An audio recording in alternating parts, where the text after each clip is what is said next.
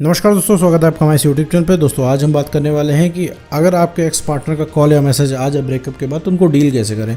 मान लीजिए आपका कोई एक्स पार्टनर है, आपका कोई रिलेशनशिप था जिसमें आपका ब्रेकअप हो चुका है। ब्रेकअप हो जाने के बाद वो इंसान ब्रेकअप के काफ़ी टाइम बाद 6 महीना 8 महीना साल भर बाद अगर वो कॉल टेक्स्ट मैसेज करता है तो भैया उस इंसान को डील कैसे किया जाए। क्योंकि भाई ब्रेकअप के समय पे तो चीज़ें बहुत ज़्यादा ख़राब हो गई थी, आपने बहुत ज़्यादा उसको रोकने की कोशिश की थी, लेकिन वो अगला इंसान रुकना नहीं चाहता था तो वो रुका नहीं और वो चला गया आपके जीवन से। और ऐसे में फिर आप जैसे तैसे करके आप सर्वाइव कर रहे हो, अपने आप को आपने समझाया कि भैया ब्रेकअप हो गया है, आगे बढ़ते हैं। एनी हाउ जो भी चीज़ है आपने अपने आप को समझा के किसी तरीके से आप रख रहे हो, किसी तरीके से आप आगे बढ़े हो। और ऐसे में क्या है, किसी दिन रैंडम डेज किसी दिन आपको कॉल टेक्स्ट या मैसेज आ गया। अब ऐसे में आप दुविधा में हो कि भैया इन महाशय को रिप्लाई कैसे किया जाए, कैसे इस इंसान को डील किया जाए। क्योंकि इतने टाइम बाद कोई इंसान आया हुआ है, ऐसे में कन्फ्यूजन बढ़ जाता है। क्या इनको पहले की तरीके से बात की जाए या फिर इनसे बात ही ना की जाए, या फिर सारे इमोशंस बता दिए जाएं, या फिर थोड़ी सी ऐंठन दिखाई जाए, कुछ भी। एनी हाउ ऐसे केस में क्या करना चाहिए इस वीडियो में मैं बताने वाला हूँ आपको। तो चलिए बिना किसी वक्त को ज़ाया किए इस वीडियो को शुरू करते हैं और साथ में समझते हैं कि आखिर अगर एक्स पार्टनर आ रहा है तो उसको कॉल टेक्स्ट मैसेज का रिप्लाई कैसे करें, उन्हें डील कैसे करें। मेरे दोस्त, अगर ब्रेकअप के बाद अगर आपके एक्स पार्टनर का कॉल या मैसेज आ रहा है तो उनसे सबसे पहले है लिमिटेड बात कीजिए और नॉर्मल रह के बात कीजिए। नॉर्मल रहने का मेरा मतलब है बिल्कुल भी एक्साइट होकर आपको मैसेज का रिप्लाई या फिर कॉल पे जवाब नहीं देना है कि आप एक्साइटेड हो, 6 महीने बाद भी आप उनके लिए बैठे हो कि उन्होंने फ़ोन किया राजाओं की तरह, रानी की तरह, और आप लग गए फ़ोन पे उनसे बात करने के लिए और अपने सारे दिल का हाल आप बताने लग गए। बिल्कुल भी इंटरेस्ट नहीं शो करना है। बिल्कुल जैसे एक नॉर्मल हाय हेलो वाले फ्रेंड का कॉल आता है, मैसेज आता है, जैसे आप उसको रिस्पॉन्स करते हो एग्जैक्टली आपको उसको वैसे ही रिस्पॉन्स करना है। देखो मेरे दोस्त, सबसे बड़ी चीज़ जो उस पर काम करेगी आपको है वो नॉर्मल रहना। ठीक है, अगर आप कहते हो सर मुझे कोई ऐसा हथियार दे दो जिससे हम एक्स पार्टनर को कंट्रोल करें, अपने ब्रेकअप को कंट्रोल कर लें, अपने इमोशंस को सही कर लें, तो मेरे दोस्त सबसे पावरफुल हथियार मेरे पास यही है कि आप नॉर्मल बिहेव करो।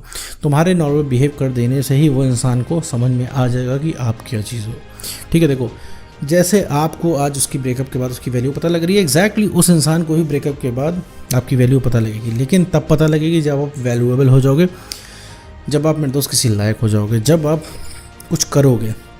कुछ करने का मतलब है अपने ऊपर जो है आप वर्क करोगे। देखो अगर 6 महीने बाद भी अगर उस इंसान का कॉल आया और आप एक्साइटेड होकर बताने लगे, आप उसको बताने लगे कि भैया आपने उसको कितना मिस किया, आप कितना परेशान रहते थे, आपने उनसे कितना सच्चा प्यार किया, फिर उस इंसान का इंटरेस्ट एकदम ज़ीरो हो जाएगा। क्योंकि उसकी वाली बात तो हो गई ना, उसने जो सुनना था उस इंसान ने सुन लिया। उसको आज भी लग रहा है कि आप आज भी उस इंसान के पीछे पड़े हो और आप इसी तरह ज़िंदगी भर रहोगे।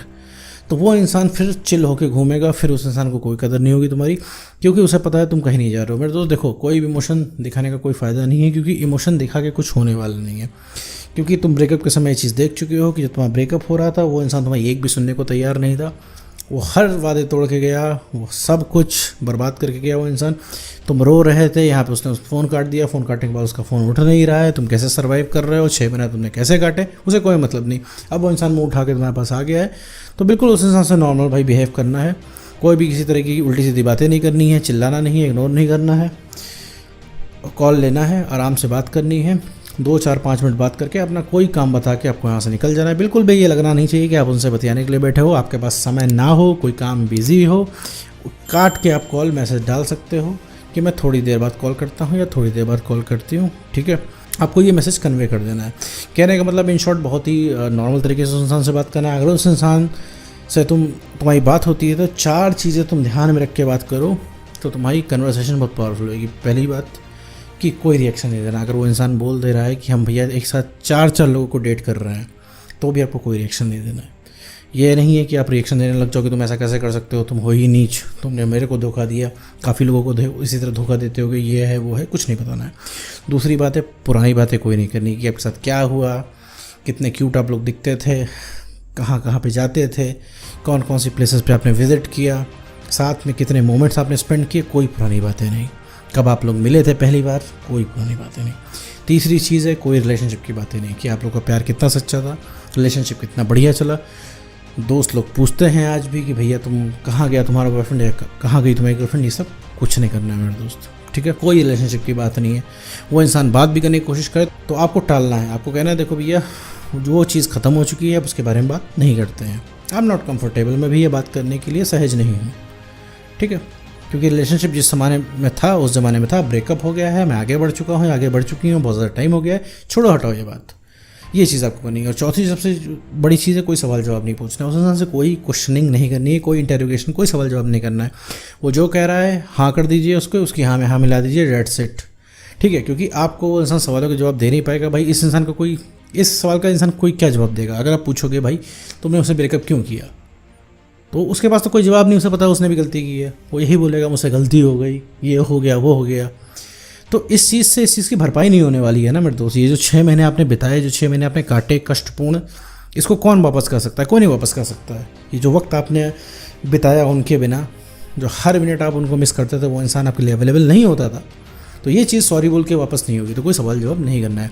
ये 4 चीज़ें आप कन्वर्सेशन से निकाल के बात करेंगे तो कन्वर्सेशन आपकी बहुत ही ज़्यादा पावरफुल होगी और अगला इंसान के ऊपर बहुत भयंकर तरीके से इम्पैक्ट पड़ेगा। उस इंसान को समझ आएगा कि आप क्या चीज़ हो। उस इंसान को तब समझ में आएगा कि आपने अब उस इंसान के ऊपर से जब हाथ हटा लिया तो उसकी कोई वैल्यू नहीं। तब वो समझ में आएगा यार ये इंसान मेरी ज़िंदगी में बहुत इंपॉर्टेंट था, ये इंसान बहुत ही औसम था। तब उसे समझ में आएगा, क्योंकि अभी तो आपकी वैल्यू इसलिए नहीं समझ में आ रही थी क्योंकि आप हमेशा अवेलेबल थे, हमेशा आप परेशान रहते थे उसके लिए।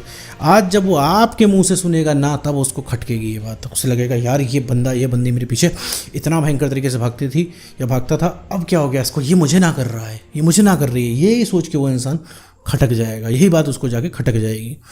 तो इस तरीके से भैया कन्वर्सेशन हमको पावरफुल बनानी है और बात करते वक्त अपनी सेल्फ रिस्पेक्ट को मेंटेन करना है। कोई भी वो इंसान ज़्यादती कर रहा है आपके साथ, बात करने के लिए कह रहा है कि सुनो रुको 10 मिनट और रुक जाओ, बिल्कुल नहीं, आपको कुछ नहीं सुनना है। कोई ना कोई बहाना बना के निकल जाना है।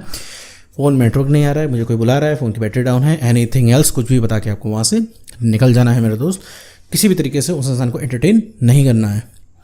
तो इस तरीके से आपकी वैल्यू बिल्ड होगी। उस इंसान को पता चलेगा कि भैया आपको छोड़ के उस इंसान ने कितनी बड़ी गलती की है। तो नॉर्मल रहना है, नॉर्मल रहना है सबसे बड़ा हथियार है। आपके नॉर्मल बिहेव करने की वजह से वो इंसान एकदम परेशान हो जाएगा कि अगर भैया आखिर ऐसा क्या हो गया इस इंसान को कि यार अब ये मेरे पीछे ही नहीं भाग रहा है। क्योंकि वो इंसान चिल इस वजह से था क्योंकि आप उसके पीछे भागते थे। सारा खेल इसी चीज़ का था कि आप उसके पीछे भागते थे, वो मज़े में रहता था। ठीक है, क्योंकि परमानेंट आप हो उसके पीछे पड़ने वाले। अब क्या है, अब कोई रहा नहीं। अब आप इतना ज़्यादा मानते थे, आप उसकी बात को तवज्जो ही नहीं दे रहे हो। वो इंसान कह रहा है रिलेशनशिप में आना है और आप मना कर रहे हो, आप एकदम नॉर्मल रह रहे हो। तब उस इंसान को ये बात खटकेगी। तब जो सिचुएशन उस समय आपकी हुई थी, तब वो सिचुएशन उस इंसान की अब हो जाएगी। मतलब बहुत इम्पैक्ट पड़ेगा उस चीज़ से। लेकिन ध्यान रहे मेरे दोस्त, स्ट्रिक्टली 4 चीज़ों को फॉलो करना है।